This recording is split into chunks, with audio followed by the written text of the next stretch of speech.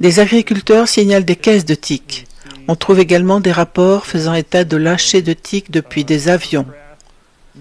Aucune de ces informations ne peut encore être entièrement vérifiée, mais nous savons qu'au cours des années 60, l'armée américaine a relâché plus de 200 000 tiques dans la nature, à des fins d'armes biologiques, afin d'observer leur propagation, et qu'environ 100 000 d'entre elles étaient des tiques Lone Star. L'armée les a donc déjà lâchées par le passé. Et les bioéthiciens appellent à leur lâcher intentionnel, afin de mieux transmettre le syndrome alpha-gal aux humains. Dans cet article évalué par des pairs, ils qualifient de moralement obligatoire le lâcher de tiques génétiquement modifiées dans la nature. À mon avis, il s'agit donc de bioterrorisme déguisé en bioéthique, et Bill Gates finance des tiques OGM.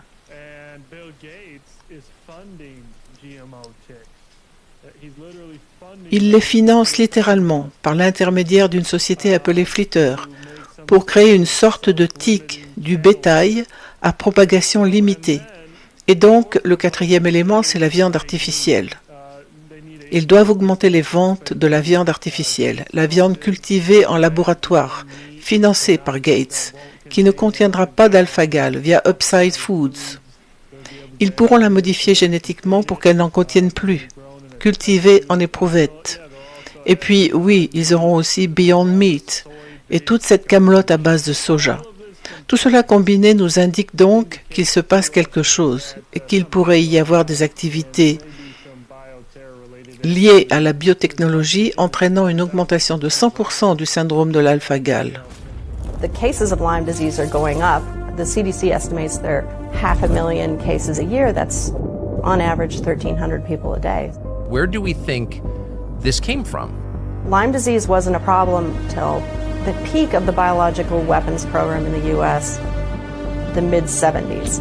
These three freaky diseases showed up. Lyme arthritis, Rocky Mountain spotted fever, and then there was a parasite called Babesia. So you have a cluster of these previously rare diseases right across from the U.S. government's biological weapons testing facility. Is that what you're saying? This is the perfect stealth weapon. It's poor man's nuke.